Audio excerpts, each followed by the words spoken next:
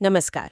आज हम ईरान और इजराइल के बीच जो तनाव बढ़ रहा है उस पर मिली जानकारी की गहराई में उतर रहे हैं। हाँ, ये एक ऐसा मसला है जिसकी परतें काफी उलझी हुई हैं। बिल्कुल। हमारे पास जो सूत्र है वो इस संघर्ष की, आप कह सकती हैं, पुरानी जड़ों पर भी रोशनी डालते हैं और हाल में जो विस्फोटक घटनाएं हुई हैं और उनका असर क्या हो रहा है। हाँ, और उनका असर। सवाल ये उठ रहा है कि क्या ये दुश्मनी अब प्रॉक्सी युद्ध के साए से निकलकर सीधी टक्कर के एक नए, ज्यादा खतरनाक दौर में आ गई है। सही। चलिए इन स्रोतों की मदद से इस बदलते मंजर को समझने की कोशिश करते हैं। जरूर। तो सबसे पहले वो बुनियादी मतभेद क्या है, जड़ें कहाँ हैं इसकी? देखिए, सबसे पहली बात तो विचारधारा की है। ईरान एक शिया मुस्लिम थियोक्रेसी है, जहां धार्मिक नेता ही सत्ता के केंद्र में हैं। और दूसरी तरफ इजराइल, एक यहूदी लोकतांत्रिक देश। बिल्कुल।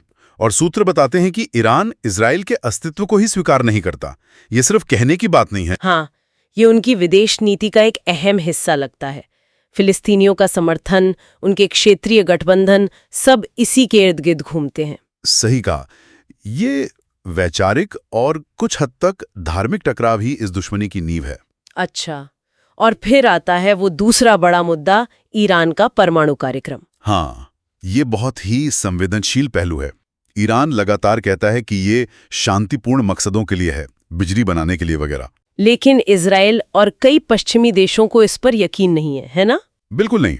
उन्हें शक है, बल्कि डर है कि ईरान परमाणु बम बनाने की क्षमता हासिल करने के बहुत करीब है। और इजराइल इसे अपने अस्तित्व के लिए सीधा खतरा मानता है। जाहिर है। और देखिए, हमारे सूत्रों में 2025 में इजराइल के नतांज परमाणु फैसिलिटी पर हमला करने की खबर का जिक्र भी है। अच्छा, ये दिखाता है कि चिंता कितनी वास्तविक है। हाँ, ये परमाणु महत्वाकांक्षा इस पूरे तनाव को एक बहुत ही खतरनाक स्तर पर ले जाती है।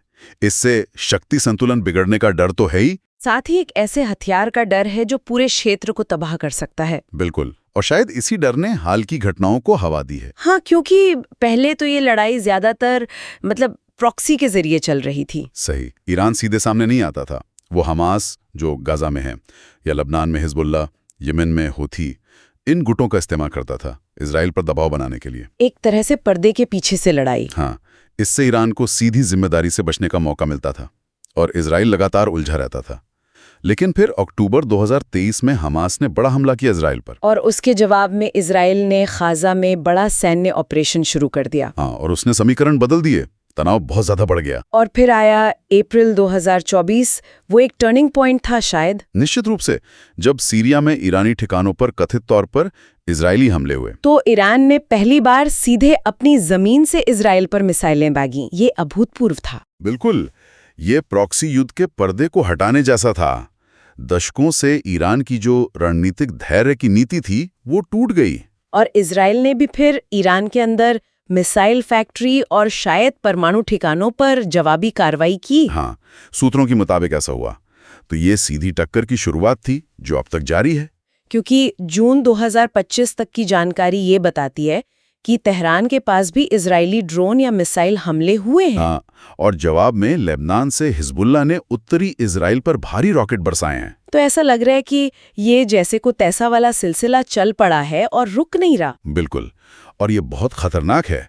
हर जवाबी कार्रवाई अगले और शायद बड़े हमले का कारण बन सकती है, एक दुष्चक्र जैसा। और इसका असर सिर्फ इन दो देशों या इस क्षेत्र तक ही सीमित नहीं है ना? नहीं, बिल्कुल नहीं। इसके झटके तो पूरी दुनिया महसूस कर रही है।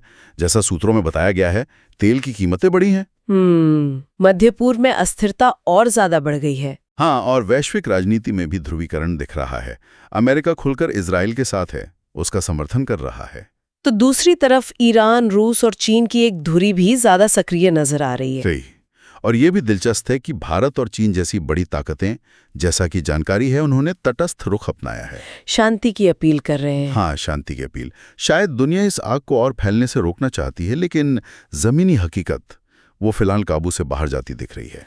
तो अगर हम सारी बातों को समेटें तो तस्वीर क्या बनती है? गहरी वैचारिक जड़ें हैं। हाँ, परमाणु तनाव का खतरा है। और अब यह प्रॉक्सी युद्ध से बढ़कर सीधी टक्कर तक पहुंच गया है। निष्कर्ष यही है कि स्थिति वाकई बेहद गंभीर है। यह सिर्फ क्षेत्रीय शांति के लिए नहीं, बल्कि वैश्विक परमाणु सुरक्षा के लिए भी एक बड़ा खतरा बन गया है। सूत्र तो यहाँ तक इशारा कर रहे हैं कि दोनों पक्ष शायद खुले युद्ध की तरफ बढ़ रहे हैं। हाँ, ऐसी आशंका है। हालांकि वैश्विक ताकतें अभी भी कूटनीतिक हल या कम से कम संघर्ष विराम की उम्मीद कर रही हैं, कोशिश कर रही हैं। पर यहाँ एक सवाल मन में आता है, जब टकराव इतना बुनियादी हो, मतलब अस्तित्व और विचारधारा का हो, तो क्या कूटनीति वाकई कोई स्थायी रास्ता निकाल सकती है, या फिर दुनिया को इसके और गंभीर परिणामों के लिए तैयार रहना होगा? ये एक सोचने वाली बात